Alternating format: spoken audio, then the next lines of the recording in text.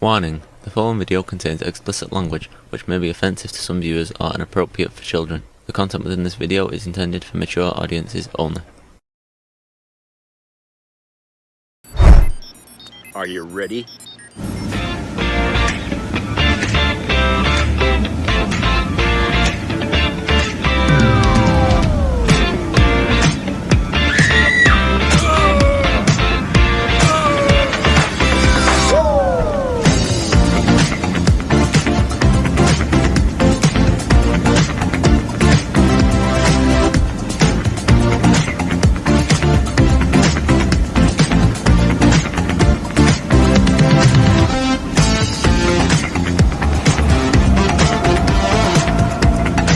It's Jeff.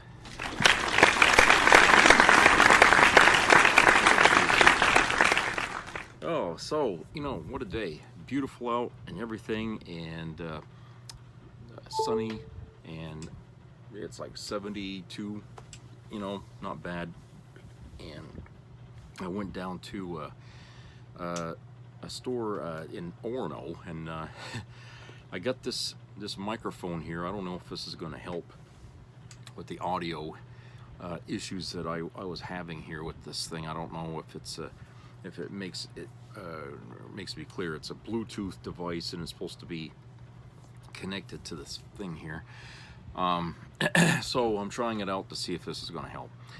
On the way back, I cut across because there's so much road work going on Stillwater that I cut across towards into Orono, and went across that bridge, and wouldn't you know it, on that bridge, on both sides of the bridge, there's a big fucking anti-Trump protest thing going on over there.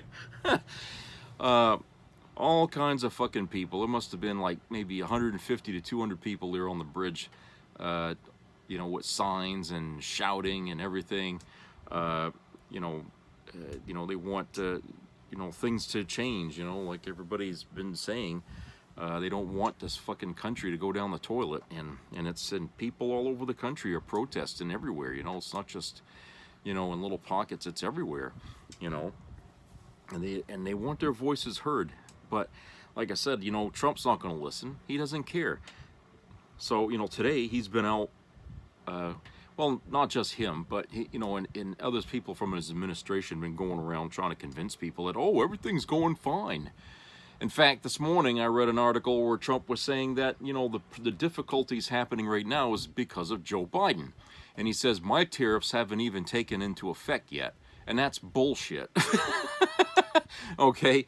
If you've been paying attention to the fucking news, the fucking tariffs have already been in effect for months now. Okay? When you sign an executive order, okay, and you do these things, it doesn't take that fucking long. Okay? So I don't know who he's trying to fool here, but nobody's believing his fucking lies. It's all the fucking guy does is lie. Lie. I mean, unless you can get him to tell you, show me the evidence, show me the facts, show me the proof, and then I'll believe, okay? If the press could get him to say that, maybe more people would realize just how big of a fucking liar Trump is, okay? And that we ought to really hold him accountable. Now, we got a couple of videos here. This first one is from Raw News and Politics, and they're going to be talking about how the economists have warned Trump that the consumer expectations are very low in the dirt. So let's take a look at that and see. We'll discuss it on the other side. Welcome to the show. So MAGA had a little bit of a meltdown yesterday, and it revealed something interesting. I'm going to explain that in a minute, but I also have some ugly consumer confidence numbers to share with you and some details about more of the fallout from Trump's tariff. So before I dive in, please do me a favor, hit the subscribe button below. It is free for you. It helps the show immensely. So here's the deal. The Trump administration freaked out. They went on the attack because it was rumored that Amazon was going to show the tariffs on the cost of all the products on their website. Trump's press secretary held up a news article. She slammed Amazon. She called the whole thing a quote unquote hostile and political act. And sloppy Steve Bannon had this to say. Amazon is gone to war with Trump. what they tried to do is break out tariffs on their site to say, hey, look what Trump's doing to you, American consumer. This is all about the oligarchs and taking down the oligarchs. We're breaking up Google in both Northern Virginia federal court and D.C. federal court. You've got Facebook on the ropes in federal court. We're on a roll, and they tell you they're going to keep coming at you. Amazon today, and hey, we got to file next week on Amazon. They're coming out to try to chop block President Trump's approval ratings and what he's trying to do on tariffs. So, first of all, Bannon is trying to give Trump credit for lawsuits that were brought by the Biden administration. It was Biden's government that sued Facebook and sued Google. Yes, Trump's Justice Department decided, okay, we're not going to drop these cases, but would they have brought them on their own, given that these are the people who donated to his campaign, like tons of money? Highly doubtful. And second, Bannon is threatening Amazon with legal action. He's threatening to sic the Justice Department on them just because their company was planning to tell customers the truth about the added costs of tariffs, which is like, I thought you guys all said tariffs were great. I thought that there was no problem and tariffs were going to be wonderful for the country. Why are you freaking out that people are going to know about them?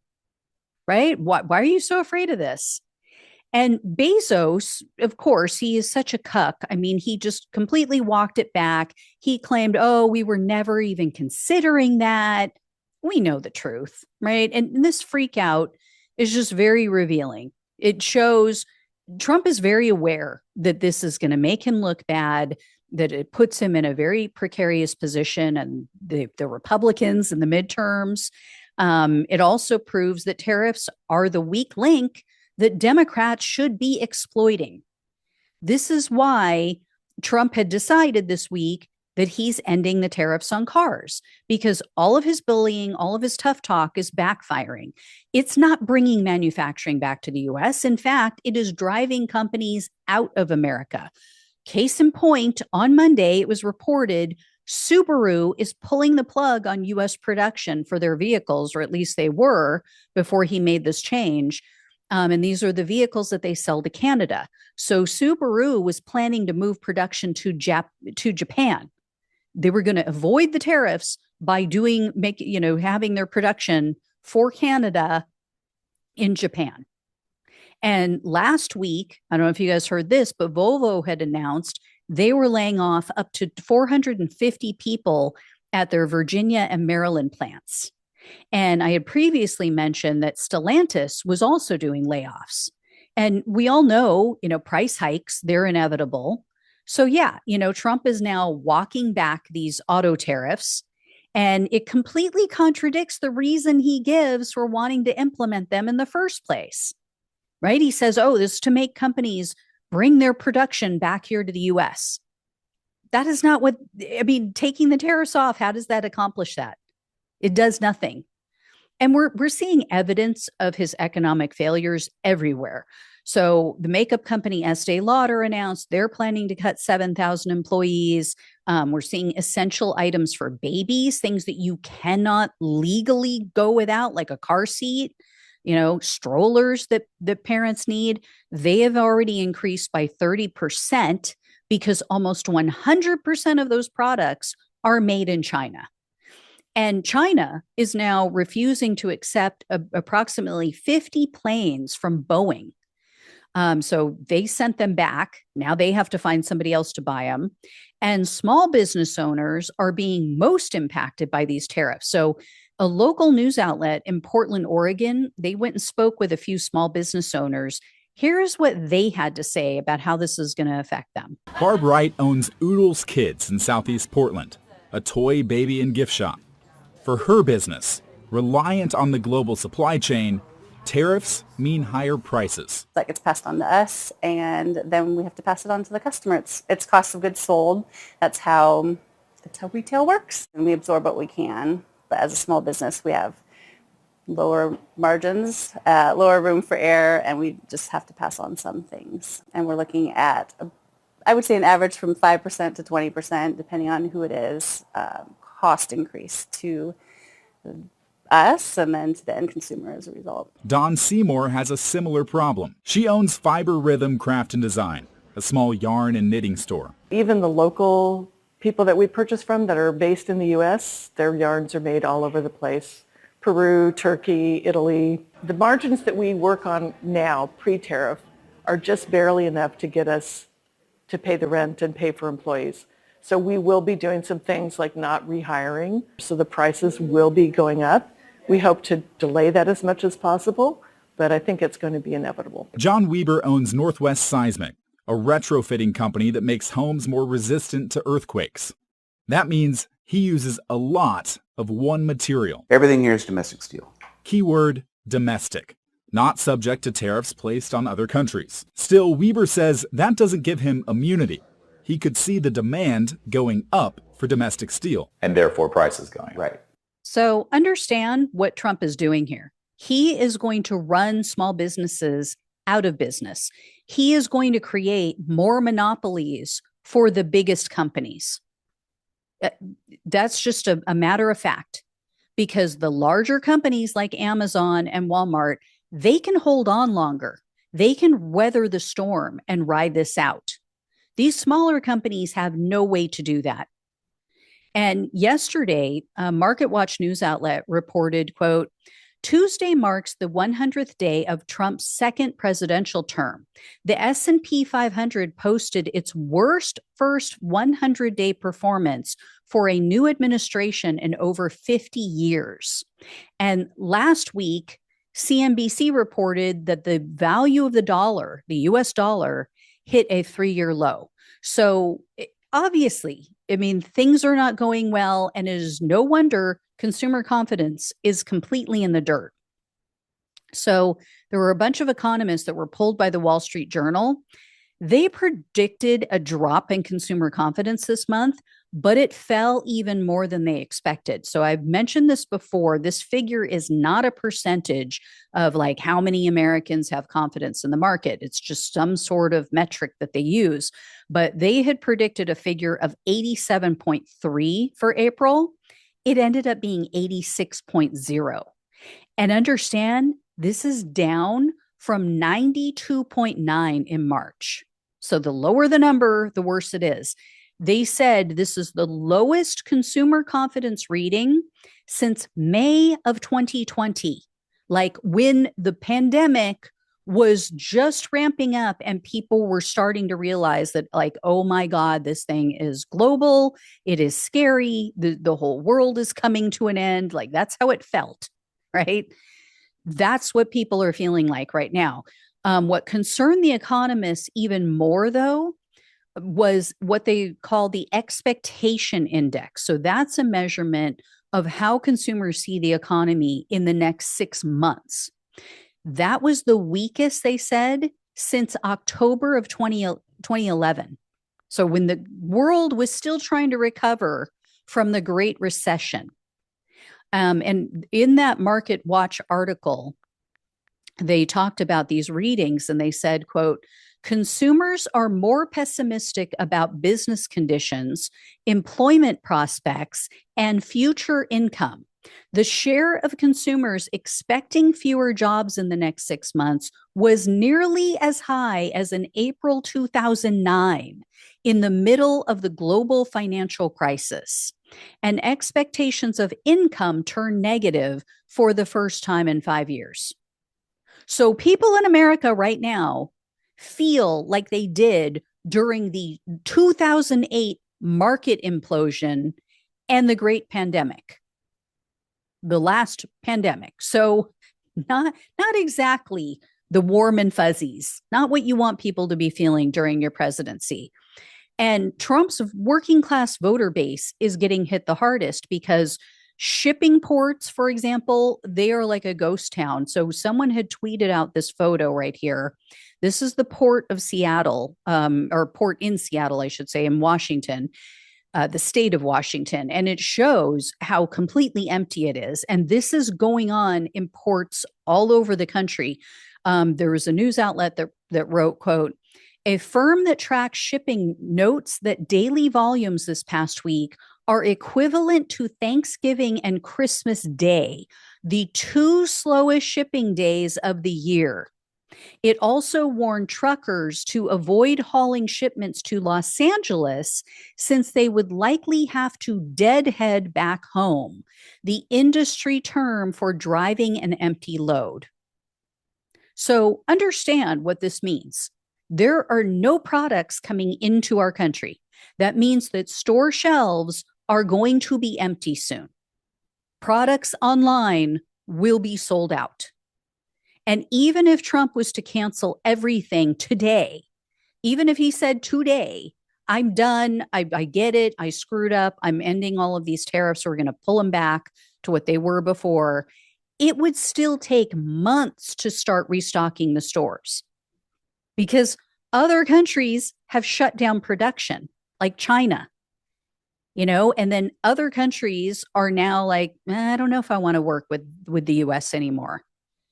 I mean, we have, and it doesn't like just come back immediately. Like it's not like flipping a switch and, all of a sudden you've got all these goods in the stores. It takes months. We learned this when the supply chain was disrupted during COVID and after COVID. That's why we had inflation during the Biden presidency, was in part because of that, and then greed on the part of companies. But, Trump and Howard Lutnick, they're out there, they're making their bogus claims about all these so-called deals they have. We know that it's BS, right? Trump says, I have 200 deals done. Really? Nobody's buying that bullshit except for the cult. And again, he has to show his work on this. This isn't something he can just make up and then everybody's just going to imagine what they already wanted to believe, right? I mean, he can't just cover this one up. It's not a matter of, are his supporters actually going to go do research? No, they actually go to the store. They shop. They will see it. They're going to realize that he hasn't done anything. He has not made the country better. He has not improved prices. He's not cutting deals with all these 200 countries that somebody pointed out. There aren't even that many countries in the world. So what are you making, multiple deals with the same country? So, anyway, I will let you guys know when I hear more. There's new tariff information that came out today that I'm going to go through and I'll bring you that information. So thank you all so much for watching and listening. Please like, please share, and subscribe. Please donate if you can. Love you all. Take care. Talk with you soon. Okay, so Trump gets mad at Jeff Bezos at Amazon for putting the tariff charges on people's receipts from their purchases. Now, I don't see what's wrong with that because, hey, when you got a receipt, you want everything itemized, right? You want to know exactly what you're paying for. And if it's not listed there, then that's very deceptive, I think. And people should know why your bill is so high. What are you charging them for, right? Doesn't that sound logical? I mean, everyone wants, that keeps track of their money wants to see a receipt. I mean, you get one almost every time you buy things. Okay, so I don't understand people all of a sudden piling on Bezos over this, but as a consumer, I want my receipts to be clear. It's, they put taxes on your receipts of state taxes and whatever other kind of taxes, especially when you buy a vehicle. They put everything on there, what's supposed to be, why you're paying this much, what's going on. Those receipts should be honest. And unfortunately, Bezos, I guess, chickened out and decided he wasn't going to show that anymore. But there's still that issue about clarity, about being upfront and honest about what people are buying. I mean, wouldn't you want to know why you're paying so much for something when it doesn't show up on the receipt? Makes sense to me. So if there's a tariff charge on it, I want to see that on the fucking bill, so that way the numbers add up. Okay, it'd be like if you got a checking account and you ain't putting all the deductibles in your account that the bank charges you for having a checking account every time you write a check. Okay, what if you didn't do that? Then every at the end of every month you're going to be like short or in the hole. I mean, something's not going to add up, and you're going to be writing bounce checks all over the fucking place because you don't realize what the bank's been charging you. Well, you need to know what they're charging you, so that way you can understand your finances. Okay, and if it makes people say, "Oh God, I'm going to buy," well, so be it. That's the way it works, right? I mean, you want, people will bitch and not buy something even if the price goes up without a tariff. So what's the difference? You know, what the hell's the difference? You might as well just put the fucking honest truth there on the receipt and say, look, this is why you got to pay this. We got a tariff. But, oh, no, because Trump's the president, we can't show that, right? Well, you guys wanted a tariff, so why are you trying to hide it? If it's such a good thing. You know, what's the big fucking problem? Why are you trying to hide people from this? Obviously, it's a political thing, is what it is. It makes him look bad when people start to finally understand what a tariff does. Okay, when they see that they have to pay that for something that they thought was going to be easy to buy. Hey, if it's coming from China, you're going to pay a lot more for it now. And, you know, UPS had laid off about 20,000 workers because Amazon shipping is dropping off. People are not buying. What do you expect? For Christ's sake, people are pinching pennies. They're losing their work. And it ain't just, like groundskeeper work or, city work. We're talking about good paying jobs. People are losing jobs that come with benefits that help their families. I mean, Christ, you pull that thread out of America, you're going to have a huge fucking problem here. Think about that. What Trump is doing is he's laying landmines all over this country here for people to step into, and we're going to have a nation full of fucking holes and people hurt. But he doesn't act like he gives a shit. Instead he'd rather tell us a big tall tale about how everything is working so well now. Okay? Well, you can't have it both ways. You can't have your version of facts and then reality telling us the facts. They can't both be right. You see what I'm saying? So, Trump can lie about things all he wants, but whenever somebody goes to shop, they're going to find that their pockets are getting thinner and thinner, with cash.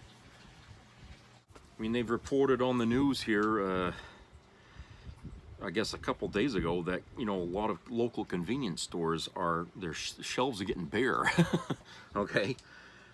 They can't afford stuff there. I mean, although most of the time their stuff is higher priced than most places, but the fact is that, they can't really stock up. And this is going to be a problem that's going to hamper everybody. Now, I know that she had said in the video that Amazon and Walmart and the big stores can hold out longer through this. I'm not so sure about that, personally. I don't think that's going to be so. Okay? Because 80% of what Walmart sells comes from China. Now, think about that. Think about your Walmart store. And 80% of the stuff in there comes from China. Now, that means 80% of their stuff is going to go up in price almost double. Okay? At the current tariff prices here.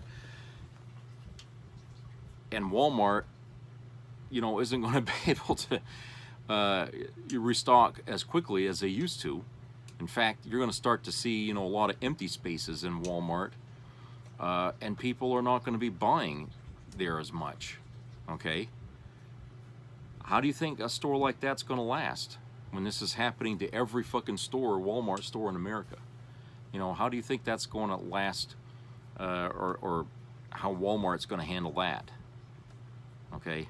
It's not feasible. I don't see that they could actually make this work.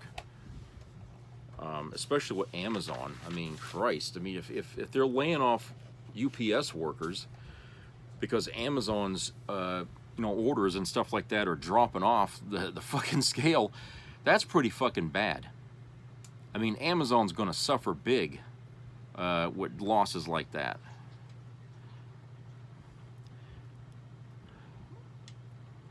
So I don't think that these giants that we have in American business are going to last 4 years under this sort of thing. Okay, I really don't see that happening. And we really need to wake up and understand that, hey, look, you cannot run a country into the ground like this and then tell people, oh, everything's fine, blame it on the other guy. Well, if everything's fine, why should we blame anything on the other guy? Okay, the fact is he's lying. There's nothing wrong with what Biden had done. Trump inherited a booming economy, okay, and in 3 months he tanked it. 3 months with executive orders, okay?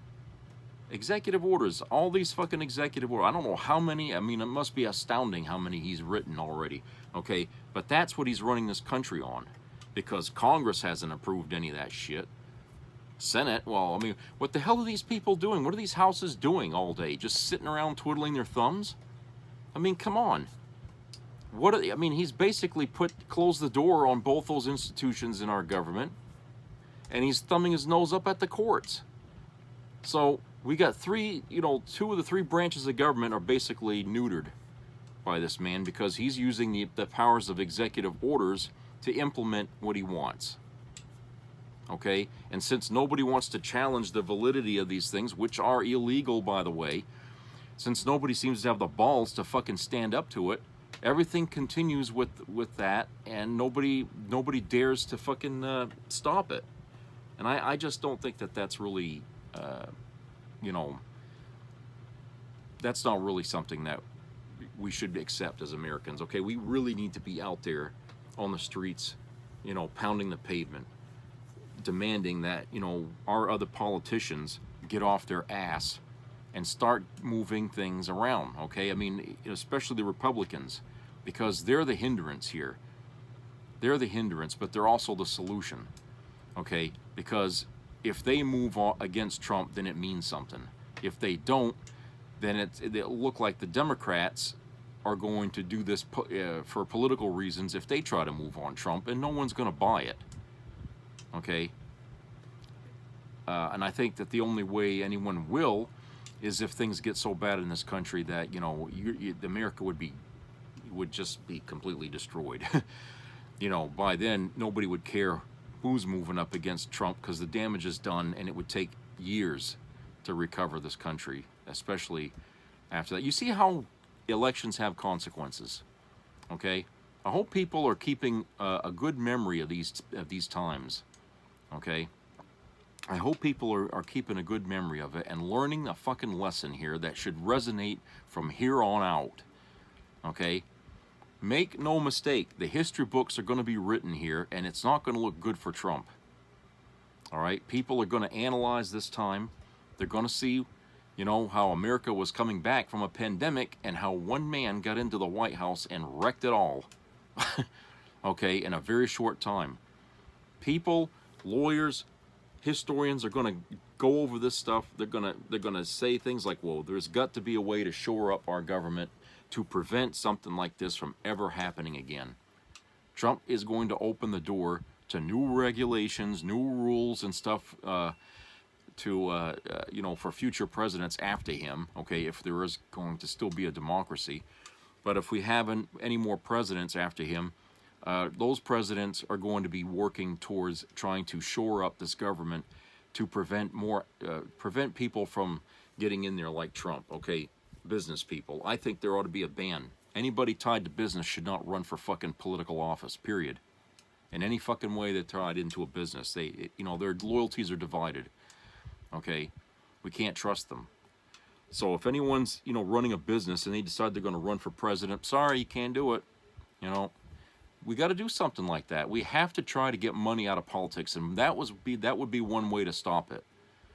Okay, The other way would be to stop the lobbyists. No more lobbyists in Washington. Stay the hell out of there. You come in there with briefcases of money, you'll be arrested. Okay, for bribery. It'd be like trying to bribe a cop. When you're getting pulled over, you get charged for that. Same goddamn thing should happen in D.C. for that. Somebody goes in there with money, you're under arrest. Okay? So, I think Trump is going to show us all the flaws in our government, and when he's gone, and if we still have a democracy, and we get, you know, a new president, that's when people need to step up and say, okay, look, these are the things, put out a list of fucking problems. These are the problems we had that got Trump into this mess. They got us into this mess. These are the places we need to plug the holes. Okay? Because if we don't, this could happen all over again. Germany had went through this. Okay? And after Hitler was gone, okay, they made changes. We're going to have to do the same. Change is long overdue, by the way. In some cases, these things were bound to happen at some point, a lot of these things. Especially with the executive orders, okay? I've never seen any president ever go through that many executive orders, and there shouldn't be, that should not be allowed. Only in emergency situations should there be executive orders. None of the stuff that he's done could be considered for an emergency. There was no emergency to do these tariffs and all that shit, okay? That was all bullcrap, okay, drummed up by his fucking head, okay, just so he thought, oh, we'll make America great again by putting in tariffs, and then we'll make it an emergency. That was all built up to be bullshit, okay? None of that stuff was valid. And yet, we need to strengthen the courts. The courts need to have more power over the president, okay? If the fucking president does stuff there that's clearly against the law, it goes against, due process and all that, then it's time that, the president has to be stopped. Hey, send in the police, arrest him, stop him. Put a block on any more executive orders. You cannot write anymore until you deal with this issue here, okay? Instead, they let him go and continue to write more and more and more and more while the courts are all bogged up and fucking, they can't do anything. And then he's got his attorney general going around arresting fucking judges for defying him, Again, that's another area that needs to be shored up so that can't happen again. So, yeah, we're seeing all the cracks in the system Trump is showing us. Okay, if there's anything positive that's coming out of this, it's that with Trump in office, he is showing us the flaws in our government as this goes on. We're seeing it, that the government is not as strong as we've been told or been led to believe. It's not, okay? It's very fundamentally standing on gravel, okay, not on a solid cement block, okay? That would explain why there's so much corruption in government after all this time. Okay? People, lawyers, politicians, they've all exploited all the fucking weak spots. Okay? And with Trump in there, he's definitely exploiting all the weak spots to the fullest potential that he can. All right? And he's daring the courts to stop him. He's daring Congress to stop him. He's daring the Senate to stop him. And nobody's stopping him. Instead, the people are out on the streets protesting, hoping, that, somebody will listen and put a stop to this. But there's very little hope of that right now. But things are going to have to get a whole lot worse before, a movement really does emerge out of this shit to get Trump out of office. So, I don't know. I don't know what it's going to take. I really don't. I feel bad, for this country, and I feel bad for the people and the children born into it at this point in history. But every generation has, what can I say, a war to contend with or economic problems to contend with. It seems like every generation there's a big fucking thing that has to happen in it. It's almost like clockwork. And my father's generation was Vietnam, and his father, it was World War II, and, the Great Depression.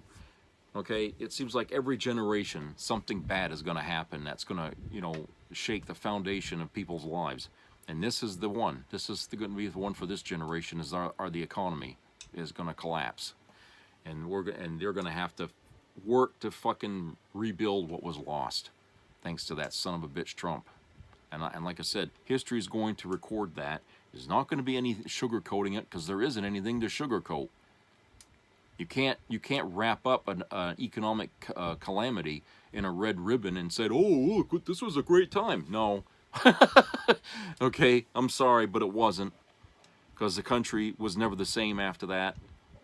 You know, it either got worse or it got better, one or the other, but it was never the same after that.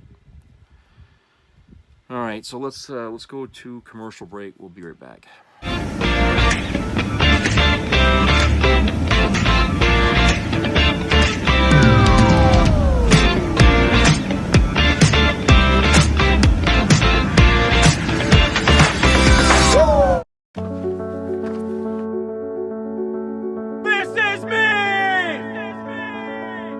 I'm Alex Curtis. I'm a lobsterman in Maine, and this is me.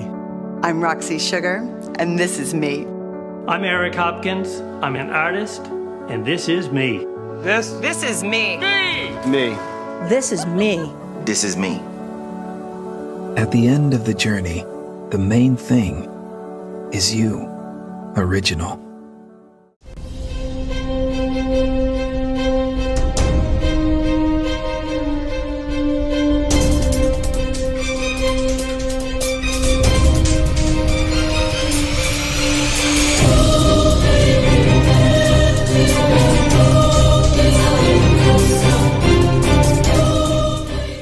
Ask yourself, are you better off than you were 100 days ago? Trump came back, not to lead, but to punish. He purged loyal Americans from government, fired heroic generals, demanded loyalty over competence, turned the Justice Department into his revenge machine. Let this guy steal your private data and wreck Social Security. Our allies betrayed. Ukraine sold out to Putin, turning our government into a police state, kidnapping American citizens, sending innocent people to foreign hellholes, snatching students off the street for tweeting. Then came the tariffs, markets crashing, retirements wiped out, America isolated, weak, China winning the trade game. He pardoned terrorists and criminals. This isn't a second term. It's Trump's second chance to end America, and it's working. So no, you're not better off. You're not safer. Nothing is cheaper. The economy is worse. Our country is in danger.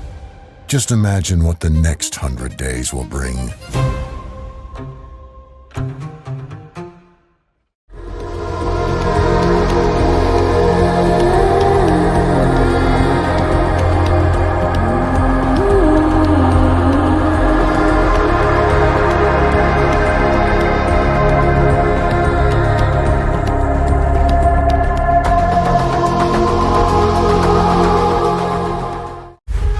Americans under attack. Radical terrorists are attacking our Navy warships with missiles and drones. Backed by Iran. The whole world is watching how America will respond. What do they see? A bumbling Secretary of Defense. A Pentagon in crisis. The greatest military in the history of the world, led by a part-time weekend Fox News talking head with no leadership experience. And a long history of drunken embarrassments. His National Guard commanders, the men he served under, didn't trust Pete Hegseth to help guard the Capitol during the January 6th attacks. When his unit was called up, Hegseth had to stand down. Now, he's the Secretary of Defense? He was a mistake from the start. His incompetence and unseriousness have put American lives at risk. Iran knows he's a joke. So does China. Americans are in more danger. And the world is more unstable with a weak, confused man-child serving as the American Secretary of Defense. It's not about politics. It's about patriotism. Call your congressman. Call your senator. Tell them enough is enough. America's great military deserves experienced, serious leadership. It's time for Pete Hegseth to go. I can't get hard, not even with the blue pills. Will the salt trick work for me? All right, pay attention. If you're over 35 and not as firm as you should be, or if you're popping the champagne a little too early, I highly recommend the salt trick. In just 20 seconds, you can prepare this drink, and your anaconda will stand tall for hours, almost immediately. This homemade salt tonic has been used for years by Brahmin bull breeders in India to help them stay firm and mate with up to 20 females at once. But a few years ago, this trick fell into the hands of the adult film industry, and since then, this little secret has been used by adult actors instead of the little blue pill. That's because it works in just minutes, flushing out flaccid toxins from your body that make your buddy shrink and fail when it matters most. It may sound crazy, but this drink is 6 times more powerful than any pill from the pharmacy, and because it's natural, it has no side effects. And if you haven't heard about it yet, it's the company behind the little blue pill, starting with P, that censors anyone who talks about this cheap, homemade solution. That way, they continue raking in billions every year from the suffering of millions of men just like you. But I'm putting an end to that right now. I'm releasing the short video that shows how to prepare and use the salt trick. Back then, this video was sold for $47, or they would have taken it down immediately. But so you can start the year off right. I'm leaving this video free for the next 3 hours. In the video, it shows step by step how to prepare this 20-second trick today and leave your wife with limp legs tonight. Just click the button that's appearing somewhere in this video to watch. If a page opens, it means the video is still available, and this might be your only chance to toss the little blue pill in the trash and learn how to make this homemade, safe recipe that's 6 times more powerful than the pharmacy pill. But I should warn you, this video contains some pretty hot scenes, and it also shows an African green tonic used by tribes in North Africa to grow their tool to the point of outgrowing all their underwear. Do not use if you're already too big or satisfied with your size, and also how to eliminate the flaccid toxins that are sabotaging your hardness and shrinking your little guy like a turtle. Watch with headphones on. As I mentioned, the video is uncensored and shows exactly how this trick works to make your buddy rock hard. So click the link below and watch while it's still available.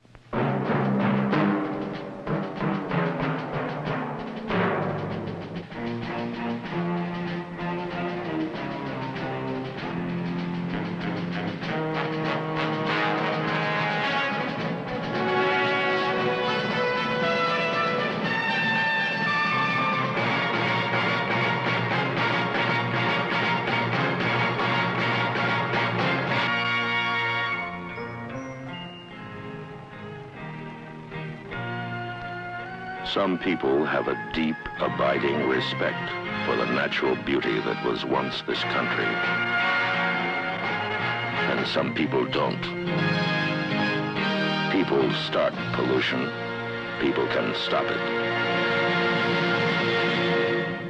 Write for Pollution Booklet, Box 1771, Radio City Station, New York. Be a part of the entertainment value of a lifetime.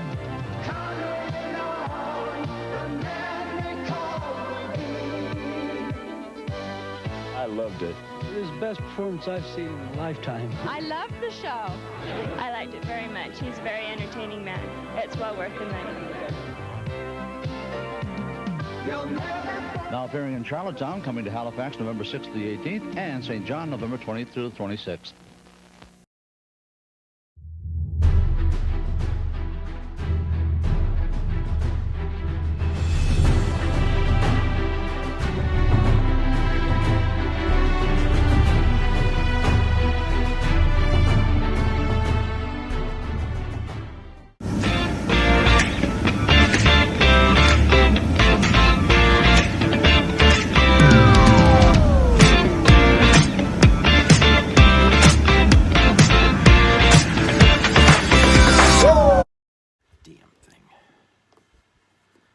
Okay, welcome back. Okay, we got another video here to play.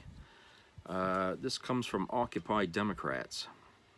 And Tesla, the board at Tesla, dropped a huge bombshell on Musk today. So I'm going to go to the video here, and I'm not going to ruin your surprise.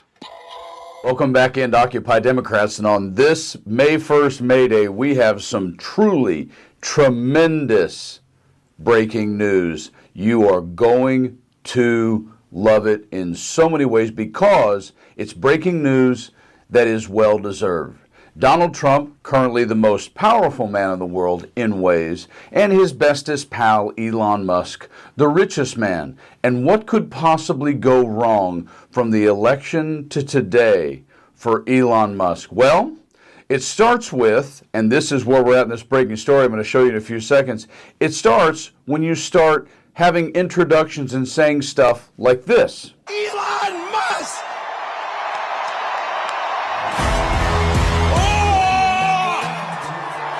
I'm not just MAGA. I'm dark, gothic MAGA. And then post-election, you choose to do unbelievable crap like this.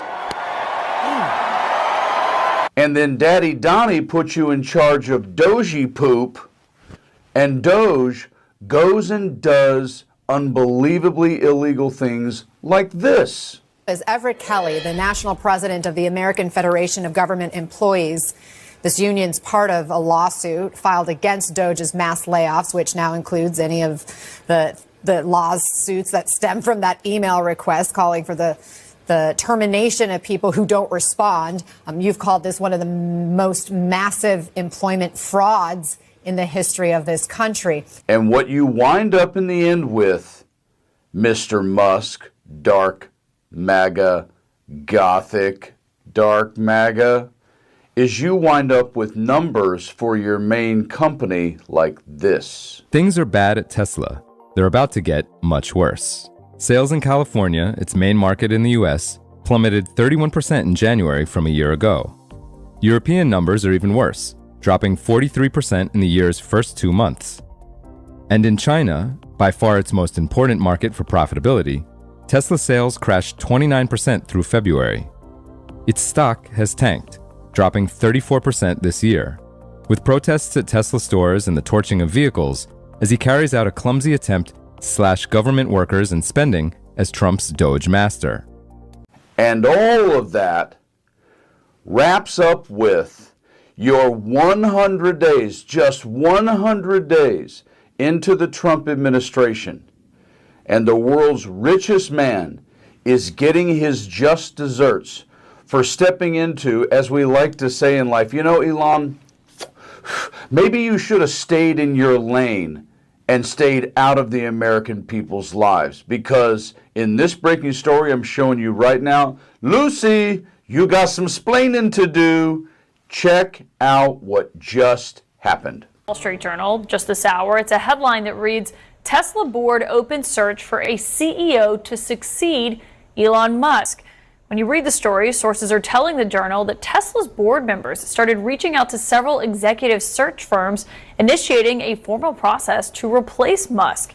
My source joining me tonight is the Wall Street Journal's Emily Glazer, who just broke this reporting. And Emily, thanks for joining us on such breaking news. Can you just tell us what happened here and what the board of Tesla was thinking? Absolutely. So Tesla has been going through some pain lately. It just reported earnings last week and had profits decline about 70%. And our reporting shows that around a month ago, board members were reaching out to executive recruiting firms to start a formal CEO succession search process. This is a formal kind of next chapter. Obviously, companies do succession planning all the time for their next leader, but we know that this is happening as there was concern from investors about Musk spending too much time in DC, given his government role, and concern about the company really struggling lately. We also know that board members prior to earnings had an update. They gathered with Elon Musk and they said to him that we really need you to refocus on Tesla and we need you to say it publicly, and he did not push back. That's pretty remarkable, given we saw him come out and say he'd step away from the Doge effort. Now let's be clear. Elon Musk has a lot of money. He's not going to go broke, on top of the fact that he has billions of dollars in U.S. contracts to help back him up. Little Musk will be just fine with Daddy Donnie in the White House. But when you talk about cause and action, causation, action, result, this is what the American people have the power to do if we really want to exercise it.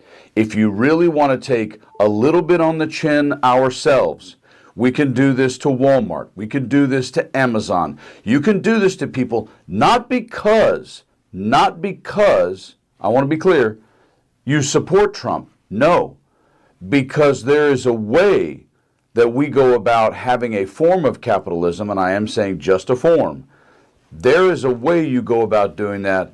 And what's happening under this administration the second time around for number 47, and what Musk and Doge and the Dogecoin and the Trump meme coin and all this crypto, underhanded, cash grab crap that's happening, we, the people, have to stop it. And this story and what Elon Musk is currently going through, if his board chooses to replace him at Tesla, is exactly what we, the people, have the power to do. Share this, talk to your friends, let's stay on it. And in the meantime, I was telling people online for weeks, as Musk was doing what he was doing with Doge and his behavior in public, that people are getting mad at him, and that's tanking Tesla. And at some point, people are going to say enough is enough, okay? If there's any damn thing that motivates business, it's money. And right now, Tesla is losing big, okay? And I said it was only a matter of time before Musk ends up losing or ends up getting ditched out of that company. If people are saying, I agree. Some people say no. Saying, oh, well, he's, he'll stay. They'll keep him. And I'm like saying, I don't think so. I don't think so, because, you look at the numbers here. You're talking 30, 40% drop in things. I mean, come on. That's a lot of stockholders are going to be bitching. They're going to be pounding the fucking doors and saying, we get rid of this cocksucker. Jesus Christ, the longer he stays in there, the worse things are getting. People don't like him. They're turning on the whole product. I mean, even we're at the point now, if they replace him with somebody else, they still probably wouldn't recoup from this. And like I said, it's just money. Money is the motivating factor here. And it's sad, because it wasn't the Sieg Heils that he did. It wasn't the shit that he did at Doge that did it. It was the fact that, people are protesting Tesla, and they're boycotting that fucking company. And therefore, they're losing money. And it was the money loss. They ought to let him keep doing what he was doing, They would have. But because it impacted their business, no. We can't let you go on doing that shit. So now they're putting feelers out there for somebody else to replace him. Now, whether they get to doing that or not, I don't know. But if it's just the idea that they're thinking this, so that means they're sweating bullets over there at Tesla. Okay, either they change this, or they're going to watch the company just dissolve to ash. Okay, which is it? What do you want? You want to save your fucking neck, or do you want to get rid of this guy? So it's come to that point now. People are going to have to weigh what's more important over at Tesla. Keeping Musk or having money. And since we know how greedy corporations can be, I think the choice would be obvious, right? Unless Musk has some hold over these people at the board that, he can't be voted out. But I don't think there is such a thing. I think they're mad at him because he spent so much time hanging around with Trump and getting involved in government and ignoring his company while he's out there doing stupid things, parading around like a friggin' moron, okay, and destroying the image of the company. All right, and they're at Tesla taking the fallout while he's out there doing this crap. That's not fair to those people at Tesla, But obviously Musk doesn't care, or he didn't care. Sure, yeah, even if they got rid of him, he'd still have a lot of money, okay? But it's just the idea that this guy's toxic now. He in the business world. I mean, if he leaves Tesla and he's going around looking for something else to do, people are going to be a little less, like, well, no, I don't want this. I don't want that guy to be the image of this company. Especially after what happened at Tesla. You know what I'm saying? He's going to be persona non grata. Nobody's really going to want to deal with him. So he's just, either he starts his own business or something. But right now, where people are so pissed at him, his face on anything right now would destroy whatever he tries to do. Okay, he's the anti-mascot of whatever. Okay. And you know, it's, you know, like I said, it goes back to everybody that deals with Trump gets burned. Okay, and I don't understand why people keep running to that fucking guy. You know, thinking that, oh, he's gonna do good things for me. Really? Who's gotten good things from him? I mean, even his own fucking family doesn't like him. Jesus Christ, you know. And despite, you know, his sons, okay, you know, they don't really care much for their old man either.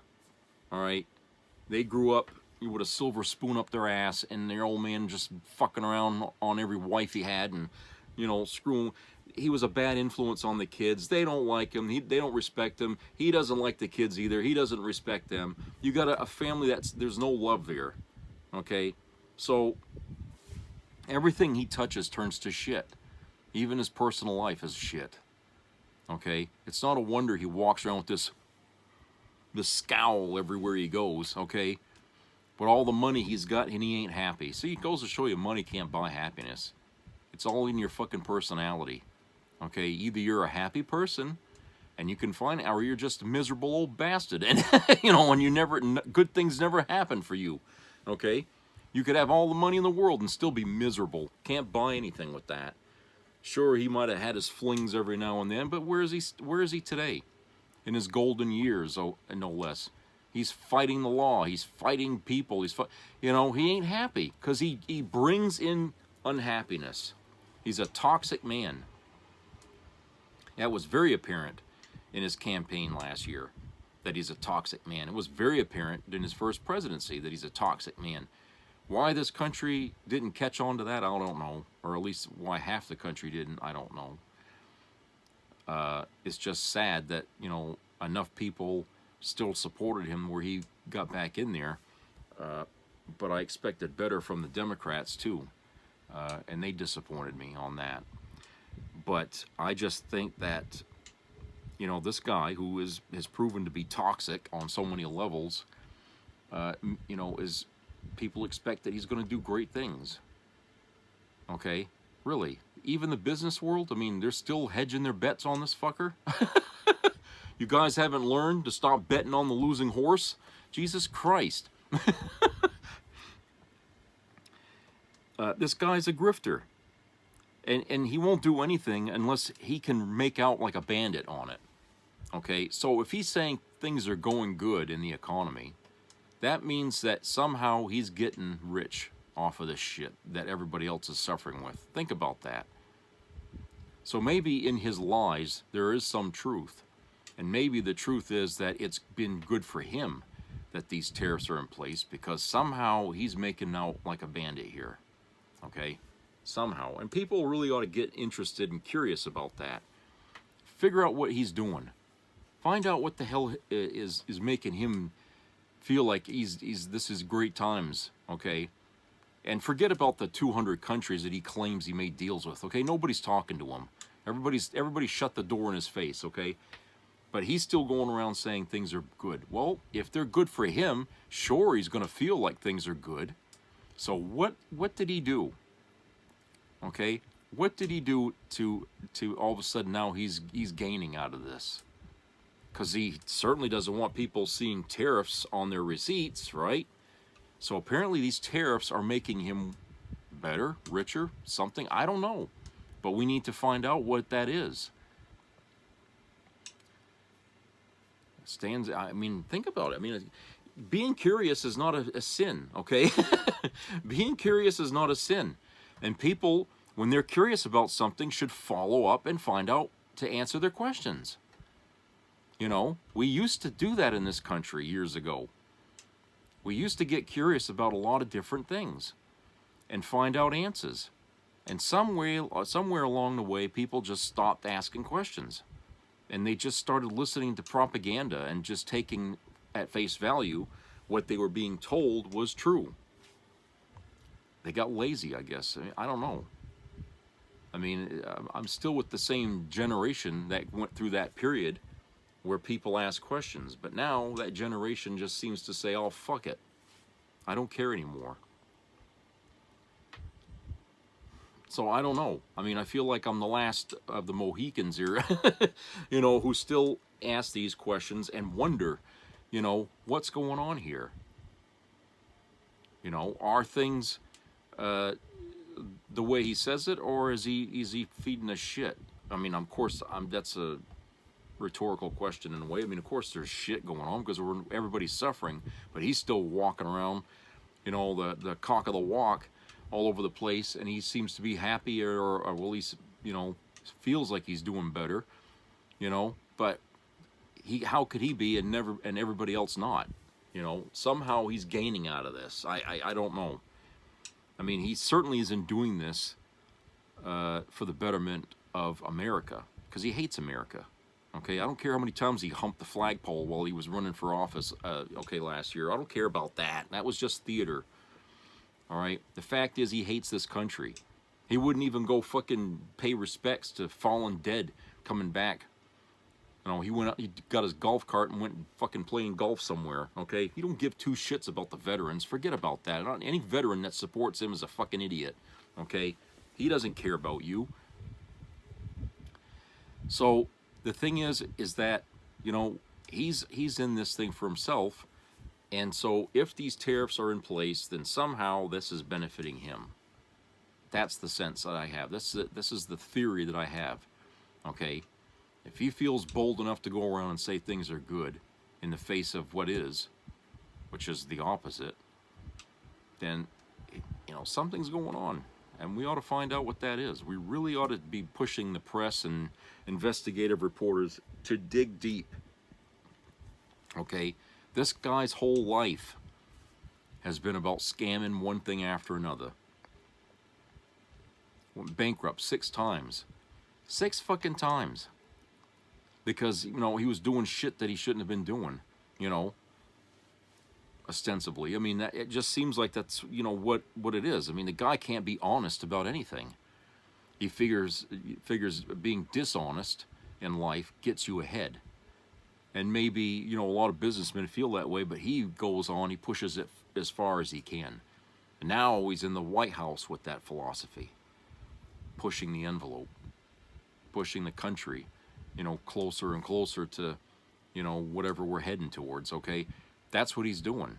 And somehow in all of this, it's going to benefit him, you know? And I just, like I said, we need to know what that is, okay? We need to know what that is because, you know, walking through the corridor in the dark, we'll just be bumping into walls. But if we had a flashlight, we could see our way. And that's what I'm saying, is we need a flashlight so we can see what the fuck is going on here, because we're hearing all kinds of banging in the walls, and we need to find out where that's coming from and why it's happening, okay? So, always expect the worst from Trump. Never expect the truth. Never expect that your lives are going to get better. They won't. Never expect that all of a sudden you're going to wake up one morning and the newspapers are going to read, oh, we got a boom in the economy. You know, it's not going to happen. It's a fairy tale. People, this is not the way an economy works. Okay? I'm not trying to say I'm some big professional economist, but even an amateur economist can see the writing on the wall here. Okay? I mean, I've been around long enough to see how the market works and to see what triggers it to rise and what triggers it to fall. And I'm telling you right now, this is not good. You know, and I'm seeing other economists who know more than I do repeating the same fucking thing. Okay? So Trump is no great big god of the economy. Not him. Okay? Forget it. 6 times he went bankrupt. He's going to bankrupt the country. He was born wealthy. He didn't earn that fucking money, okay? He didn't earn a dime of that. He's been playing around with it his whole fucking life. So he has yet to still prove himself to be business, you know, worthy. And he hasn't shown any aptitude at all in what he's doing, okay? From what we can see, you know, the evidence is right there right there in front of us. You can't ignore it. It's showing that our economy is falling right through the hole here. So, hey, look, this is ridiculous. Why continue to believe that he's going to help? It's time to get out there, get active, get protesting, do whatever you got to do, okay? We got to rattle the cages of our representatives. We got to do something. We got to bother the shit out of them. I mean, Susan Collins. How the hell did she put it? I mean, she took the middle road here. They asked her a question about Trump. I can't remember what it was about. And this was just like a couple days ago. And she gave out an answer that was like so tailored to be middle of the road. It was laughable. Because she won't take a side one way or the other for or against Trump. But she walked that line, okay, where she's not being disloyal to Trump, but she's still, you know, yeah, I can hear you guys. I know what you're saying, you know. And I let me see if I could find that. Let me pause this here. Okay, yeah, I found the article here. It was about her opinion of those 100 days there of Trump's presidency here, and she says, quote, "It's a mixed record," unquote. Mixed. You mean so there was good and bad mixed together in there? What was the good part, Susan? Okay, what was the good part? Okay, and here's the whole paragraph of I guess of what she said. She goes, quote, "On the one hand, I give the president huge credit for getting control of our southern border. That was completely out of control. We know that the terrorist group ISIS was smuggling people into our country through the unprotected southern border. And I think that while I don't agree with all the ways that deportations have been handled, I think that preventing illegal crossings, as the president has done, is a welcome change from the open borders approach of the Biden administration." Oh yeah, make sure you put that dig in there, huh? Even though Biden deported millions, okay? On the negative side, I'm very much opposed to the Canadian tariffs that the president has said he wants to impose. Maine's economy is so intertwined with Canada. We get 95% of our petroleum products from Canada. Our lumber, our lobster, our blueberries, our potatoes go back and forth between the two countries to be processed at times in Canada. Aquaculture is another example. There's a Canadian firm that has 200 good jobs in Machias.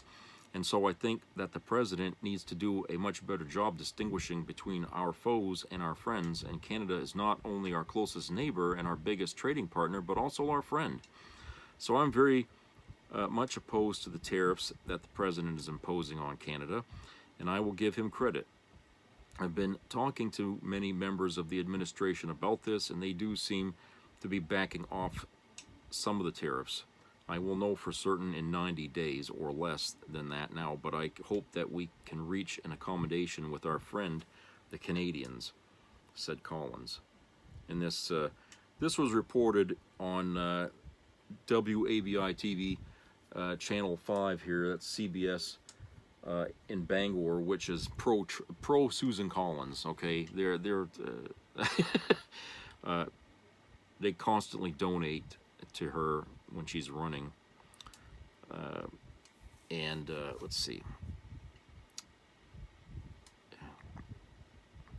She, a few hours ago, said something that, you know, Trump needs to back off on the cuts to scientific research. Let's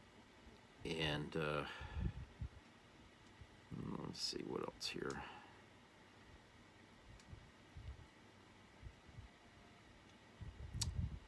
I don't know. Oh, another, our governor, Governor Mills, says she hasn't closed the door to the possibility to run for Senate.